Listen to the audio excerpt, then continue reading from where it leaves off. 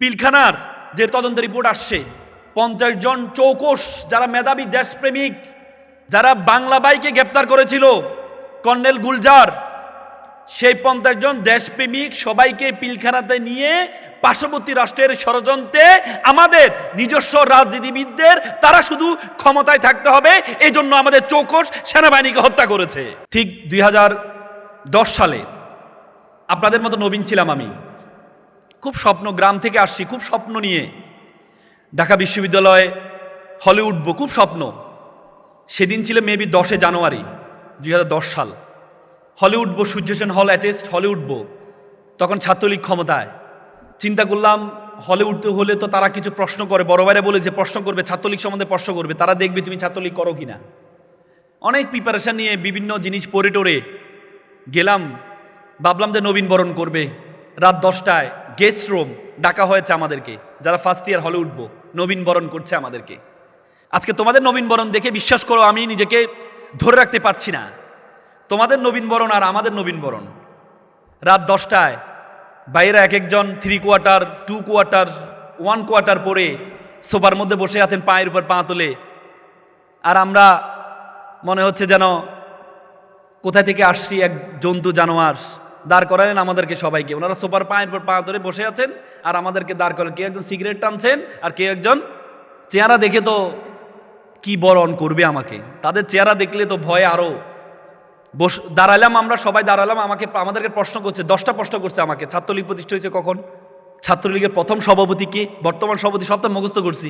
এমসিকিউতে কিছুদিন আগে পড়ে আসছি পরীক্ষা দিয়ে, ভর্তি পরীক্ষায় বিভিন্ন প্রশ্ন।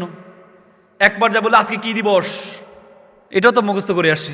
শেখ মুজিবুর রহমান প্রত্যাবর্তন দিবস। শেখ মুজিবুর রহমান প্রত্যাবর্তন দিবস বলার পরে আমার দিকে এভাবে তাকালেন।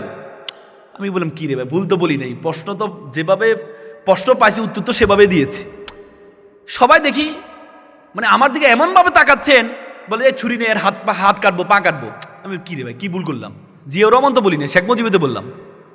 বললো যে তোর এত বড় সাহস, তুই জাতির জনক বঙ্গবন্ধু বলিস নাই? আরে বাবা রে, বইতে তো আর এত বড় লেখা নাই। এমসিকিউ পড়ছি, ওখানে তো লেখা আছে শেখ মুজিবুর রহমান প্রত্যাবর্তন দিবস, জাতির জনক বঙ্গবন্ধু শেখ। আমরা অনেক বলেন জাতির জনক বঙ্গবন্ধু শেখ মুজিবুর রহমান, মানে আমরা তো লকব বলি না, সারা গায়ে চুলকানি, গায়ে গায়ে খড়খড়ানি, কত কিছু বলি না আমরা ঘোষণা দেওয়ার আগে।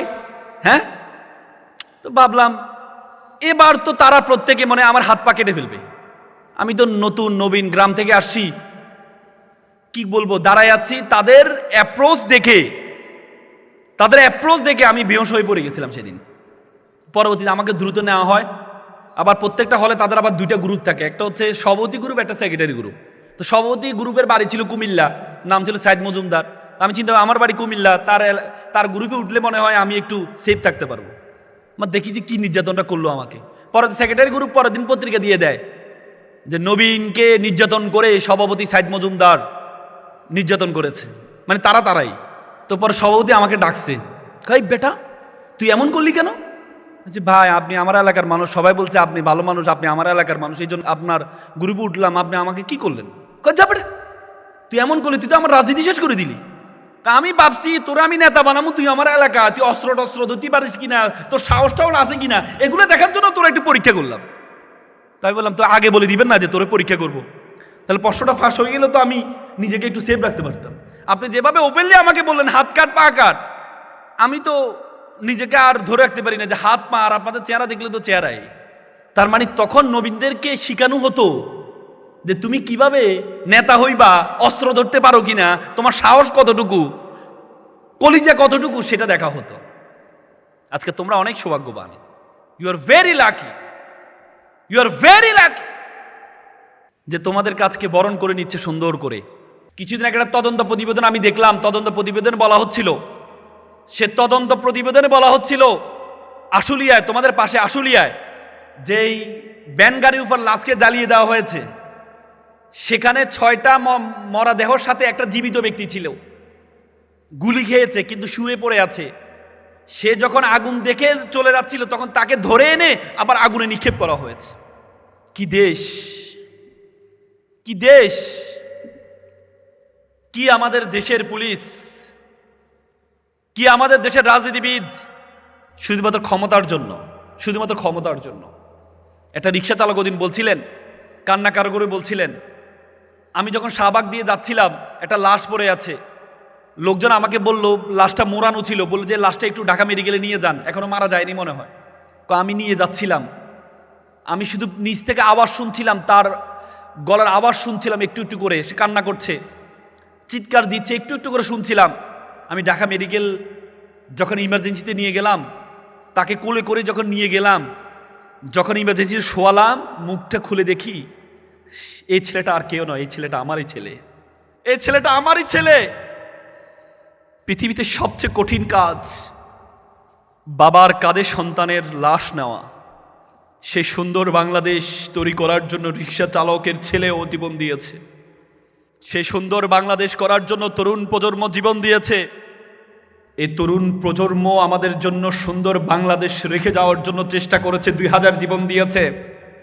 এবার যদি আমরা দেশকে সুন্দর না করতে পারি, তাহলে আর জীবনে বাংলাদেশকে পরিবর্তন করা সম্ভব হবে না। বিদ্রোহী কবি যখন ছোটবেলায় কলিকাতার আশা শুনেছিলেন, তিনি একটা রুটি দোকানে চাকরি করতেন। তার মাকে দেখার জন্য একদিনে ছুটি নিয়ে গিয়েছিলেন, 3 দিন ছিলেন। মা অসুস্থ ছিলেন, এই জন্য 3 দিন ছিলেন। পরবর্তীতে যখন আবার দোকানে আসলেন, ওনাকে খুব বকাঝকা করলেন। উনি তো একটু বিদ্রোহী মানুষ, উনি বকাঝকা সহ্য করতে পারেন নাই, উনি বের হয়ে গেলেন, চাকরিই করবো না। পরে গিয়ে আপনাদের ত্রিশাল অঞ্চলের একজন দারোগা ছিলেন, রফিজ উদ্দিন, উনি কলকাতায় জব করতেন। ওনার ঘরের বারান্দায় শুয়েছিলেন রাতে। পরে উনি উঠার পর দেখে তাকে জিজ্ঞেস করলেন, বলল যে আমার এই সমস্যা। উনি চিন্তা করলেন ওনার মা থাকে ত্রিশালে, মাকে দেখভাল করার জন্য একটা ছেলে লাগবে। পরে নিয়ে আসলেন, দুঃখু মিয়াকে নিয়ে আসলেন এখানে, নিয়ে এসে মার কাছে রাখলেন। মা দেখলেন এই কাজের দিকে তার মনোযোগ নয়, তার শুধু বই পড়ার দিকে মনোযোগ। তো মা ছেলেকে বলল, এই ছেলে তো কাজের চেয়ে বইয়ের দিকে যোগ, তুমি তাকে একটা স্কুলে ভর্তি করাও। পরে এখানে আপনাদের ত্রিশালে একটা স্কুলে ভর্তি করানো হয়। ভর্তি করানোর পরে ক্লাস 8-এ যখন উনি পড়েন, তখন ফার্সি ভাষায় একটা সাবজেক্ট ছিল। বাঙালি যারা, তারা এটা পারতেন না, খুব বেশি ভালো পারতেন না। সবাই ফেল করলেন, একমাত্র স্টুডেন্ট যিনি 96 পেয়েছেন নাম। এখন সবাই ফেল করছেন, যিনি টিচার তারও তো একটা আত্মসম্মানের বিষয়, সবাই ফেল করলো। তো পরে 5 মার্কস বাড়িয়ে দিয়ে সবাইকে পাশ করানো হলো। কবি নজরুল গিয়ে বললো আমাকেও 5 মার্কস বাড়া দিতে হবে।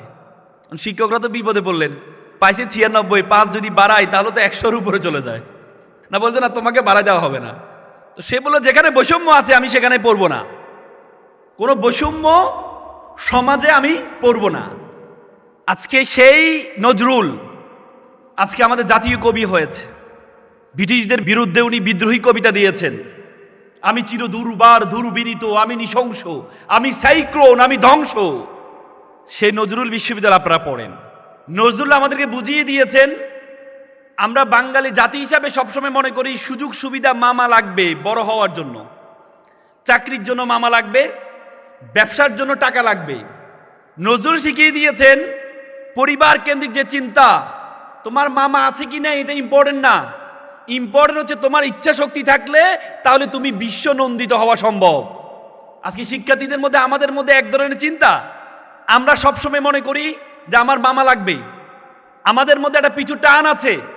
তোমরা আমাকে বলো তো, বাংলাদেশের একজন প্রখ্যাত লেখক হুমায়ুন আহমেদ, তার ছেলে হুমায়ুন আহমেদের যোগ্যতার কত % পেয়েছে? কত %? 5% পেয়েছে, 1%ও পায়নি। মুকেশ আম্বানি, ভারতের সবচেয়ে বড় ধনী ব্যক্তি, আনাত আম্বানি, তার যোগ্যতার, তার ছেলে তার যোগ্যতার কত % পেয়েছে? তার কি টাকা ছিল না? মামা ছিল না? সুযোগ সুবিধা ছিল না? তারপরে পায়নি কেন? তার মানে বড় হওয়ার জন্য মামা টাকা বড় ইম্পর্টেন্ট না, ইম্পর্টেন্ট হচ্ছে ইচ্ছা শক্তি, তোমার চিন্তাধারা, তুমি নিজেকে কতটুকু বড় মনে করো। হার্ভার্ড ইউনিভার্সিটির শিক্ষক ছিলেন স্যান্ডার্স, তিনি বলেছেন ইউ বিকাম ইউর কনভারসেশন। তুমি যেটি তুমি তোমাকে বলো। বলা হয় থাকে আমাদের ব্রেন হচ্ছে আমাদের সবচেয়ে বাধ্যগত সার্ভেন্ট। তুমি যদি ব্রেনকে বলো আমি একা, তোমার ব্রেন বলবে ইয়েস স্যার আপনি একা। তুমি যদি ব্রেনকে বলো আমি যেহেতু একা, জীবন রেখে লাভ নাই, তোমার ব্রেন বলবে ইয়েস স্যার আপনি একা, জীবন রেখে লাভ নাই, keep it up, keep going on. তুমি যদি ব্রেনকে বলো আমি সেরা, তোমার ব্রেন বলবে ইয়েস স্যার তুমি সেরা। তুমি যদি তোমার ব্রেনকে বলো আমার দ্বারা সবকিছু সম্ভব, তোমার ব্রেন বলবে ইয়েস স্যার তোমার দ্বারা সবকিছু সম্ভব।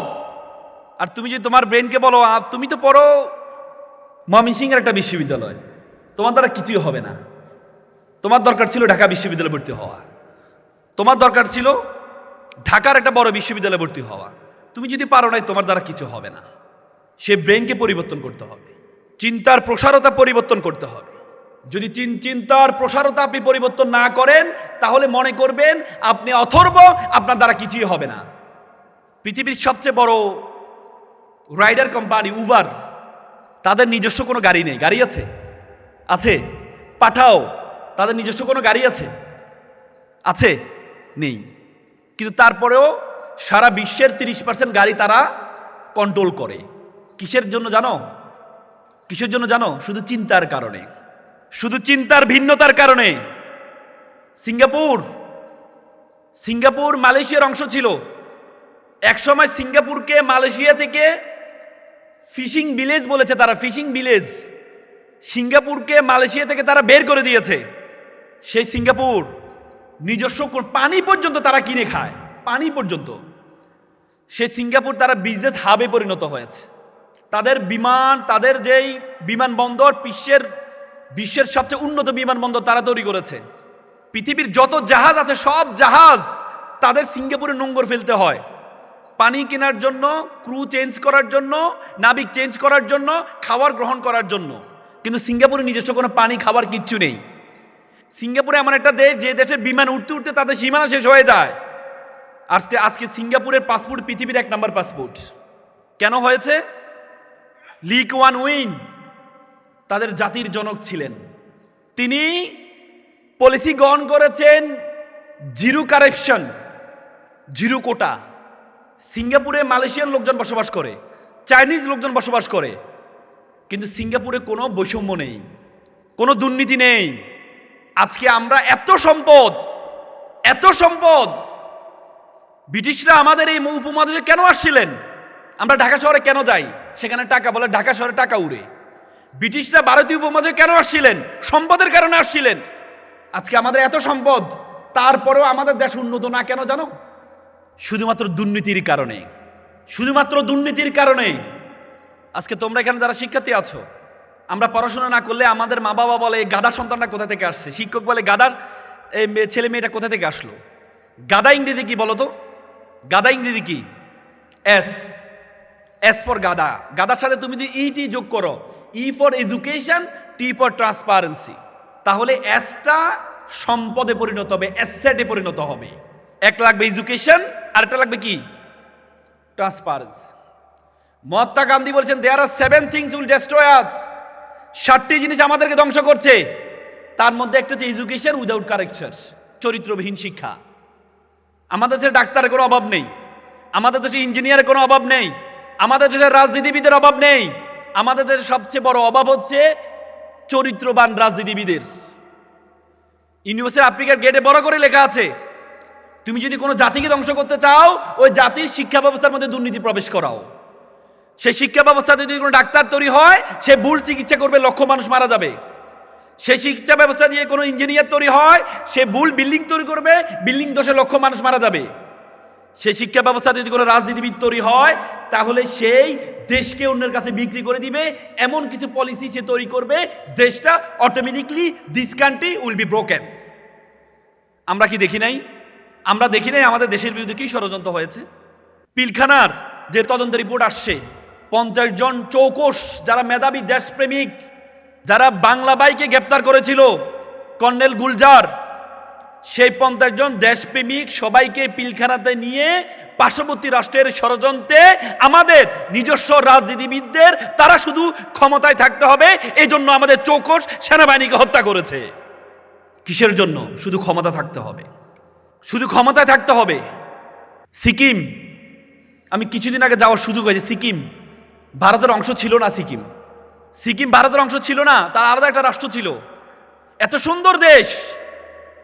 লেন্দুব দর্জি তাদের ছিল প্রধান। সে লেন্দুব দর্জি 1974 সালে সিকিমকে ভারতের অংশ করে দিয়ে দেয়। আমাদের দেশ নিয়েও ষড়যন্ত্র হয়েছে, আমাদের দেশ নিয়েও ষড়যন্ত্র হয়েছে। কিন্তু আলহামদুলিল্লাহ আমাদের তরুণ প্রজন্মের রক্তের বিনিময়ে আমাদের এই সুন্দর দেশ আমাদের কাছে ফিরে আসছে। তোমরা চিন্তা করতে পারো কি পরিমাণ ত্যাগ কোরবানি করেছে। তোমরা যারা তোমাদেরকে প্রজন্মকে নিয়ে আমরা বলতাম এটা হচ্ছে ফার্মের মুরগি, এরা পাবজি খেলে, এরা গেমস খেলে, এদের দিয়ে কিচ্ছু হবে না। সে ফার্মের মুরগিরা, সে পাবজি যারা খেলে তারা মোবাইলে শত্রুদেরকে ধ্বংস করার জন্য চেষ্টা করে, কিন্তু বাস্তবিক জীবনে তারা যে এভাবে স্লোগান দিতে পারে বুকের মধ্যে অনেক জ্বর, বুক পেতেছি গুলি কর। সে ছাত্র সমাজ আমাদেরকে সুন্দর একটি দেশ উপহার দিয়েছে। দায়িত্ব তোমাদের আমাদের সকলকে নিতে হবে। আজকের রাজনীতির ক্ষেত্রে আমাদেরকে প্রত্যেককে, যারা 1000 2000 টাকার বিনিময়ে ভোট দিয়ে দেন, আপনি আপনার ভাগ্যকে তার কাছে বিক্রি করে দেন 1-2 হাজার টাকার বিনিময়ে। সে রাজনীতিবিদের একজন পিএস 400 কোটি টাকার মালিক হয়, আর আপনি সকালে খেলে দুপুরে চিন্তা করেন দুপুরে কি খাবেন। মনে রাখবেন যে রাজনীতিবিদ আপনাদের কাছে ভোট চাইতে আসবে, রাজনীতিবিদকে জিজ্ঞেস করবেন আপনার কোনো পেশা আছে কিনা। যদি পেশা না থাকে মনে রাখবেন পেশাবিহীন রাজনীতিবিদ লাইসেন্স প্রাপ্ত চাঁদাবাজ। আপনি বলবেন আগে আপনার পেশা ঠিক করে আসেন, পেশা আছে কিনা আপনার যদি পেশা না থাকে আপনি আমার কাছে ভোট চাইতে আসবেন না। আপনাদের প্রতি দায়িত্ব, 2000 জীবন দিয়ে আপনাদের কাছে দিয়ে গেছে বাংলাদেশটাকে। আজকে আপনারা অনেক সৌভাগ্যবান, এখানে যারা আছেন অনেক সৌভাগ্যবান। এজন্য এই যে দায়িত্ব, যারা দায়িত্বটা পালন করছে, এই সুন্দর বাংলাদেশ পাওয়ার জন্যই আমাদের 2000 শিক্ষার্থী জীবন দিয়েছে। তো সুতরাং দায়িত্ব কত বা আছে কিনা? আছে। আজকে তোমরা এখানে শিক্ষার্থী আছো, তোমরা মানে you must mind it, this is the beginning. You must mind it, this is the beginning, it's a very very beginning of your journey. You have to compete not only in Mymensingh city, you have to compete all over the country, you have to compete all over the world, you have to truly think you are global citizen. পৃথিবীটা একটা বিশ্বগ্রামে পরিণত হয়েছে। তুমি যদি মনে করো বাংলাদেশে competition করবা, এই ময়মনসিংহ শহরে কম্পিটিশন করবা, তাহলে তুমি ভুল করবা। You have to compete all over the world. You have to truly think you are global citizen. You have to think beyond Bangladeshi border. তার আগে প্রথমে তুমি তোমার সম্বন্ধে জানতে হবে। তুমি তোমার সম্বন্ধে, সক্রেটিস বলেছে নো দাই সেলফ, নিজেকে জানো। আল্লাহ কোরআন বলেছে ওয়াফি আনফুসিকুম, তুমি তোমাকে জানো। উপমহাদেশের সেরা কবি ফরিদুদ্দিন বলেছেন উনসু মাতলু বেজা হাত দরগাহা হার তুরিগো বাজে গো খুদ্দিশা। বলে পৃথিবী যাকে খুঁজে বেড়াচ্ছে তুমি সেই ব্যক্তি, তুমি তোমাকে খুঁজে বের করো। তুমি যদি তোমাকে খুঁজে না বের করতে পারো তাহলে তুমি মনে করবা আল্লাহ তাআলা তোমাকে অনর্থক সৃষ্টি করেছেন, আল্লাহ তাআলা তোমাকে চমৎকার আকৃতি দিয়ে সৃষ্টি করেছেন। আল্লাহ তাআলা কোরআনে বলেছেন লাকাদ খালাকনাল ইনসানা ফি আহসানি তাকওয়িম, আমি তোমাকে উত্তম আকৃতি দিয়ে সৃষ্টি করেছি। এবং এই আয়াতটি বলার আগে আল্লাহ তাআলা 4 বার কসম খেয়েছেন, শপথ পড়েছেন। আল্লাহ বলছে ওয়াতিন, তিনের কসম, ওয়াজ জাইতুন, জাইতুনের কসম, ওয়া তুরি সিনিন, তুর পাহাড়ের কসম, ওয়া হাযাল বালাদিল আমিন, শহরের কসম, লাকাদ খালাকনাল ফি আহসানি তাকওয়িম, তোমাকে আমি উত্তম আকৃতিতে সৃষ্টি করেছি। 4 বার কসম খেয়ে বলেছেন আল্লাহ। আপনাদের কাছে কি মনে হয় আল্লাহ আপনাকে উত্তম আকৃতি দেয় নাই? আল্লাহ তাআলা যে অঙ্গটা আপনাকে দিয়েছেন, আপনি একটু কালো হলে মন খারাপ, আল্লাহ আমাকে কালো বানাইছে, একটু খাটো বানাইছে। আমরা সবসময় এই চিন্তাগুলো করি, কিন্তু আল্লাহ তাআলা যে আপনাকে উত্তম এত সুন্দর আকৃতি। আমি কয়েকদিন আগে আফ্রিকায় গিয়েছিলাম। আফ্রিকা পৃথিবীর লার্জেস্ট সাফারি, মাসাই মারা সাফারিতে গিয়েছি। বন্য প্রাণী দেখে প্রায় 500 কিলোমিটার দূরে সাফারিটা। সেখানে এক একটা প্রাণী দেখেছি তাদের চেহারার দিকে তাকালে ভয় চলে আসে, এত সুন্দর আকৃতি আল্লাহ তাআলা আপনাকে দিয়েছেন। তোমরা জানো বাংলাদেশে 2006 সালে একটা অপটিক্যাল ফাইবার স্টেশন করা হয়েছে, সেটি হচ্ছে আমাদের কক্সবাজারে হয়েছে। সে অপটিক্যাল ফাইবার স্টেশনের সেটি সেই স্পেন, পর্তুগাল হয়ে সিঙ্গাপুর, মালয়েশিয়া হয়ে, ফিলিপাইন হয়ে আমাদের কক্সবাজারের সাথে যুক্ত হয়েছে, পরবর্তী গাজীপুরের হাইটেক পার্কের সাথে যুক্ত হয়েছে। সে অপটিক্যাল ফাইবারের দূরত্ব ছিল 17,500 kilometre. 17,500 kilometre optical fibre cable দিয়ে পুরো পৃথিবীটা আমাদের হাতের মুঠে চলে আসছে। আজকে আমেরিকা কি করছে আমরা এখান থেকে দেখতে পাচ্ছি। আজকে আমরা এখানে কি করছি? আমেরিকার মানুষ ফেসবুকে লাইভের মাধ্যমে দেখতে পাচ্ছে একটি মাত্র অপটিক্যাল ফাইবারের কারণে। বিজ্ঞান বলে আমাদের মাথায় 2 কোটি নার্ভ আছে, বল যে একটা নার্ভের সাথে আরেকটা নার্ভকে যদি যুক্ত করা হয় তাহলে এটা দূরত্ব হবে 2 লক্ষ মাইল। তার মানে মাত্র 17,000 কিলোমিটার দিয়ে পুরো পৃথিবীটা আমাদের হাতের মুঠে চলে আসছে। 2 লক্ষ কিলোমিটার যে নার্ভ তোমার মাথার মধ্যে আসছে, এইটা দিয়ে পুরো বিশ্বজগৎ তোমার হাতের মুঠের মধ্যে চলে আসবে। ধারণা আছে এই বিশ্বজগৎ সম্বন্ধে? আমাদের এই পৃথিবীর আয়তন কত জানো? এই পৃথিবীর আয়তন কত জানো? 52 কোটি বর্গ কিলোমিটার। এই 52 কোটি বর্গ কিলোমিটার পৃথিবীতে 7টি মহাদেশ আছে, 5টি মহাসাগর আছে। এই 52 কোটি বর্গ কিলোমিটার পৃথিবীটাকে আমরা যেই সূর্যটা দেখতে পাই, এই সূর্যের মধ্যে যদি ঢুকিয়ে দেওয়া হয় তাহলে 13 লক্ষ পৃথিবী ঢুকিয়ে দেওয়া সম্ভব। আর সূর্য একটা নক্ষত্র। বলা হয় যে একটা নক্ষত্র আছে জুয়েস ব্যাটেল। সে জুয়েস ব্যাটেল যে নক্ষত্র, এই নক্ষত্রটার আয়তন হচ্ছে সূর্য থেকে 33 কোটি গুণ বড়। সুবহানাল্লাহ বলবা না? বলবা না? হাদিসে আছে আলহামদুলিল্লাহ সুবহানানে তামলা ওয়া তামলানে ফিল মিজান। যে ব্যক্তি একবার সুবহানাল্লাহ পড়বে, একবার আলহামদুলিল্লাহ বলবে, আসমান এবং জমিনে যতটুকু ফাঁকা আছে ততটুকু সওয়াব তার আমলনামা দেওয়া হয়। শুধু ছেলেরাই আমলনামা দরকার, মেয়েদের দরকার নেই। তোমাদের দরকার নেই? সবাই বলো সুবহানাল্লাহ। এই বিশ্বজগতে আল্লাহ তাআলা তোমাকে আমাকে বলেছেন কুনতুম খায়রা উম্মাত। আল্লাহ বলেছেন you are the best nation, you are the noblest nation. আল্লাহ বলেছে এই বিশ্বজগতে যা কিছু আছে আমি সবকিছু তোমার জন্য সৃষ্টি করেছি।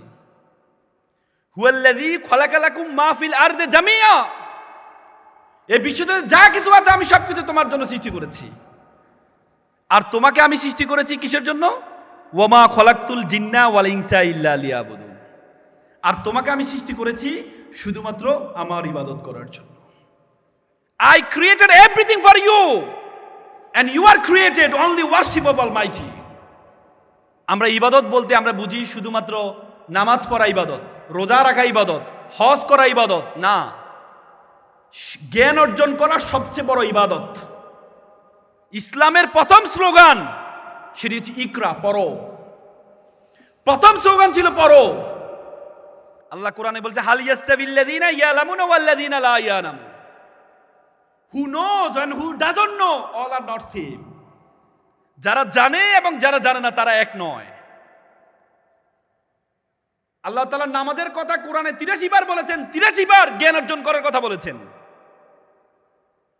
Each and every religion, আপনি যদি হিন্দু ধর্মে দেখেন, হিন্দু ধর্মের বেদ, ঋগ্বেদ, যজুর্বেদ, অথর্ববেদ, সমবেদ, বেদ শব্দের অর্থ হচ্ছে জ্ঞান। বেদ শব্দের অর্থই জ্ঞান। বেদে বলা আছে অত বিদ্যাস তপস্বী, বিদ্যা অর্জন করা সবচেয়ে বড় তপস্যা। ওল্ড টেস্টামেন্টে বলেছেন gathering of knowledge is the worship of Almighty.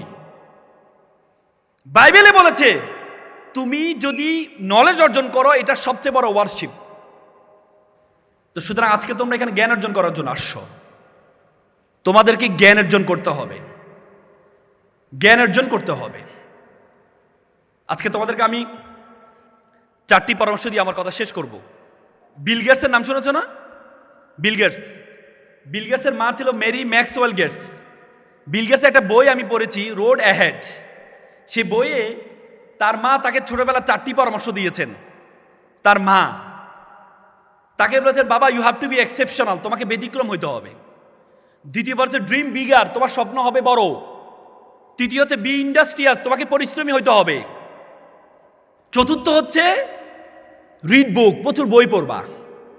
Bill Gates বইতে লিখেছেন আমার মায়ের 4টি পরামর্শ আমার জীবনকে পরিবর্তন করে দিয়েছে। তিনি বলেছেন তিনি অক্সফোর্ডের ছাত্র ছিলেন। তিনি যখন অক্সফোর্ডে ফার্স্ট ইয়ারে পড়েন উনি দেখলেন বড় বড় কম্পিউটার ব্যবহার করার জন্য ওনাকে দিয়েছে। উনি বলেছেন যে আমি এই কম্পিউটার বাসায় ব্যবহার করব না, আমি অফিসে ব্যবহার করব, আমি এমন একটা কম্পিউটার আবিষ্কার করবো যেটা ঘরে বসে ব্যবহার করা যাবে। পরবর্তীতে সে অক্সফোর্ড পড়াশোনা ছেড়ে দিয়েছে, ছেড়ে দিয়ে বাসায় বসে 5 বছরের মাথায় মিনি কম্পিউটার আবিষ্কার করেন। পরবর্তী তার বন্ধুরা পড়াশোনা শেষ করে তার মাইক্রোসফটে গিয়ে জব করেছেন। বি এক্সেপশনাল, তোমাকে ব্যতিক্রম হইতে হবে। আগে বলে তো নলেজ ইজ পাওয়ার, এখন বলে knowledge is powerless without skill. দক্ষতাবিহীন নলেজের কোনো ভ্যালু নেই, দক্ষতাবিহীন নলেজে কোনো ভ্যালু নেই। তোমাকে এমন একটা গুণ অর্জন করতে হবে যে গুণটা 10 জন থেকে তোমাকে পার্থক্য করবে।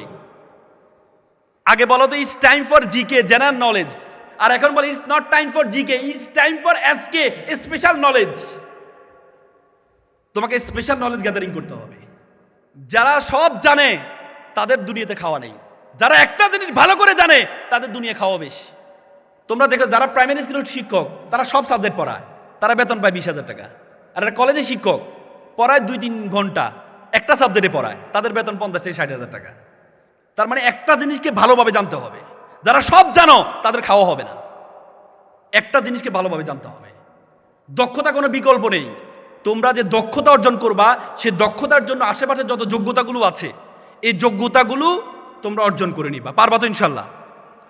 আমি আর কথা বাড়াবো না, আমি শুধু 4টা জিনিসকে সংক্ষেপে একটু বলেছি। ড্রিম বিগার, স্বপ্ন হবে বড়। এখানে তোমরা যারা আছো এখন থেকে ফার্স্ট ইয়ার থেকে তোমরা স্বপ্ন নেওয়া দেখা শুরু করো। কি হতে চাও? কি হতে চাও? তুমি যে বিসিএস ক্যাডার হতে চাও, এখন থেকে একজন বিসিএস ক্যাডার বড় ভাই তোমাদের বিশ্ববিদ্যালয় অথবা যে কোনো বিশ্ববিদ্যালয় একজন বড় ভাইকে বের করো, বের কর তাকে মেন্টর বানাও, ফেসবুকে তাকে নক দাও। বোনরা তোমাদের একজন বোনকে নক দাও। এখন খুব সহজ মানুষকে সম্পর্ক তৈরি করা। মেসেজ দিবা, রিপ্লাই দিবে না, একবার দিবা, 2বার দিবা, 10 বার দিবা, রিপ্লাই দিবে না, কিন্তু তারপরও মেসেজ দিয়ে যাও, দেখবা এক সময় সে তোমার রিপ্লাই দিবে, তুমি তার থেকে বিভিন্ন পরামর্শ নাও। তো সুতরাং তোমরা স্বপ্নটা একটু বড় দেখো। আমি আর কথা বাড়াবো না, আমি একটা গল্প বলে কথা শেষ করব। বি ইন্ডাস্ট্রিয়াস, তোমাদেরকে পরিশ্রম করতে হবে। আমি একটা গল্প বলে শেষ করব। একবার একটা অঞ্চলে তারা একটা মন্দির বানাবে। তো তারা মন্দির বানাবে, মন্দিরের জন্য কি লাগে? মূর্তি লাগবে। তো তারা শুনছে পাহাড়ে একটা মূর্তি, কালো পাথর, সুন্দর পাথর আছে। তারা পাথরের কাছে গেল, যাই বলে যে পাথর সাহেব আপনাকে একটু লাগবে। বলে যে আমাকে লাগবে, কি করবা? বলে যে আপনাকে নিয়ে আমরা একটু কাটবো, ঘষবো, মাজবো, এরপর মূর্তি বানাবো, এরপর মন্দিরে রাখবো, সবাই এসে আপনাকে সেলুট করবে। সে বলছে পরের অংশটা ঠিক আছে, সেলুট করবে, কিন্তু আগের অংশটা এই কাটবা, ঘষবা, মাজবা, এটা না করা যায় না? বলছে না, এটা না করলে তো আপনাকে কেউ সম্মান করবে না। বলছে না, এই কষ্ট করতে পারবো না। তোমরা তখন পাশে একটা কালো পাথর ছিল, অবহেলিত পাথর। বলে স্যার আমাকে নিয়ে যান। তোমাকে নিয়ে যাবো? বলছে স্যার আমাকে নিয়ে যান। তোমাকে কাটবো স্যার, আমাকে কাটেন, ঘষেন, মাজেন, কোনো সমস্যা নেই। পরে তাকে নিয়ে কেটে ঘষে মেজে তাকে একটা অবয়ব দেয়, সুন্দর একটা অবয়ব দেয়, মূর্তি বানায় মন্দিরে রাখে। দেখে যে সবাই এসে তাকে সেলুট করে, সালাম করে, নারিকেলে পানি ঢালে। তো তখন তারা দেখলো নারিকেল নিয়ে যে পরিমাণ লাইন দাঁড়িয়ে আছে, সবাই যে নারিকেল ভাঙে তাহলে কি তাদের দেয়ালটা ভেঙে যাবে। তো তারা চিন্তা করলো একটা পাথর, সাদা পাথরটাকে একটু অফার দিই। গেল সাদা পাথর সাহেব আপনার একটা কাজ পেয়েছি। কি কাজ? কোনো কাটাকাটি ঘষাঘষি নাই, কি করবা? বলছে আপনার শুধু নারিকেল ভাঙবো। চমৎকার। পরে নিয়ে মন্দিরের মুখে তাকে রাখে, সবাই এসে নারিকেল ভাঙে আর পানিটা নিয়ে কালো মূর্তির উপর ঢালে। সে বলছে কিরে বেটা, এই কালো মূর্তি তারা কেউ সম্মান করতো না, আজকে সবাই তাকে নারিকেল পানি ঢালছে, তাকে সবাই সম্মান করছে, আর আমাকে আসতে যাতে সবাই লাথি মারছে। তখন কালো মূর্তি বলে স্যার আজকে তো আপনি দেখতে পাচ্ছেন আমাকে মানুষ সম্মান করছে, কিন্তু আমাকে যখন কাটা হয়েছে, আমাকে যখন ঘষা হয়েছে, আমাকে যখন মাজা হয়েছে, আমি সহ্য করেছি বলেই আজকে মানুষ আমাকে সেলুট করছে, সম্মান করছে। তুমি যদি মনে করো তোমাকে কাটবা না, তোমাকে ঘষবা না, তোমাকে মাজবা না, তুমি এমনি বড় হয়ে যাবা। আমরা সবসময় একটা কথা বলি, আর তাকদিরুল আইয়ারুদু, তকদির কখনো পরিবর্তন হয় না। কিন্তু হাদিসের ইল্লা বিদোয়া, হাদিসের আরেকটি অংশ আছে, আরবিতে বলে মান জাদ্দা ওয়াজাদা, মানুষ যা চায় তাই পায়। আল্লাহ তাআলা কোরআনে বলছে ওয়াল্লাইসা লিল ইনসানু ইল্লা মা সা, মানুষ যা চাইবে তাই পাইবে। তো সুতরাং তোমরা সে চাওয়ার চেষ্টা করতে হবে। একবার একটা ছেলে প্লে বয়, সবসময় সুন্দরী মেয়েরা তার পিছনে ঘুরে, যেহেতু সুন্দরী মেয়েরা তার পিছনে ঘুরে পড়াশোনা আর করে নাই, সবসময় সুন্দরী মেয়েদের পিছনে ঘুরছে, বয়স পার হয়ে যাচ্ছে, বিয়ে শাদী করবে। তো এখন বিয়ে শাদী করবে, এখন বন্ধু বিয়ে শাদী করতে হবে, টাকা পয়সা তো নাই। তো টাকা পয়সা না থাকলে বিয়ে শাদী কীভাবে করবে? তো এক বন্ধু একটু চালাক ছিল, বন্ধু এক কাজ করে, একটা চাকরিজীবী মেয়ে বিয়ে কর। চাকরিজীবী মেয়ে বিয়ে করবো, তার বেতন দিয়ে তুই কোনো মধ্যে চলতে পারবি। সুন্দর পরামর্শ দিছো। পরবর্তীতে গিয়ে একটা মেয়ে দেখতে যাবে, বন্ধুদেরও ভাবছে সবসময় সুন্দরী মেয়েরা তার পিছনে ঘুরে, কোন সুন্দরী এক বিশ্ব সুন্দরীকে সে যাচ্ছে বিয়ে করার জন্য। পরে গিয়ে দেখেছে মেয়েটা কালো। বন্ধু মেয়ে তো কালো। যা বেটা, নদীর জল ঘোলা ভালো, জাতের মেয়ে কালো ভালো। একটু পরে দেখেছে মেয়েটা টেডা। বন্ধু মেয়ে তো টেডা। যা বেটা, এটা লক্ষ্মী টেডা। তার মানে তার যত উইকনেস আছে শুধুমাত্র যোগ্যতার কারণে, তার উইকনেসটা ইউনিকনেসে পরিণত হয়েছে যোগ্যতার কারণে। তো সুতরাং তোমরা সেই যোগ্যতা অর্জন করবা, আমার বিশ্বাস। আর পিতামাতার প্রতি শ্রদ্ধাবোধ রাখবা, আর দেশের প্রতি মমত্ববোধ রাখবা। পারবা তো ইনশাল্লাহ? পারবা তো ইনশাল্লাহ? শিক্ষার্থীরা সবাই একটু দাঁড়াও, শিক্ষার্থীরা সবাই একটু দাঁড়াও। আমার সাথে একটা ওত পড়বা, বলো। আমার সাথে বলবা, আমিও পড়বো। বলো, আমি ওয়াদা করছি, লাউডলি বলো, বলো আমি ওয়াদা করছি খারাপ কিছু দেখবো না, খারাপ কিছু শুনবো না, খারাপ কিছু বলবো না। যে মুখে ডাকি মা, সে মুখে মাদক না। মানুষের মতো মানুষ হব, পিতামাতাকে শ্রদ্ধা করব, নিজের দেশকে নিজেই গড়ব। সকলে ভালো থাকবা, সুস্থ থাকবা। আসসালামু আলাইকুম। ইসলামিক লাইফ, জীবন গড়ুন কোরআন সুন্নাহর আলোকে।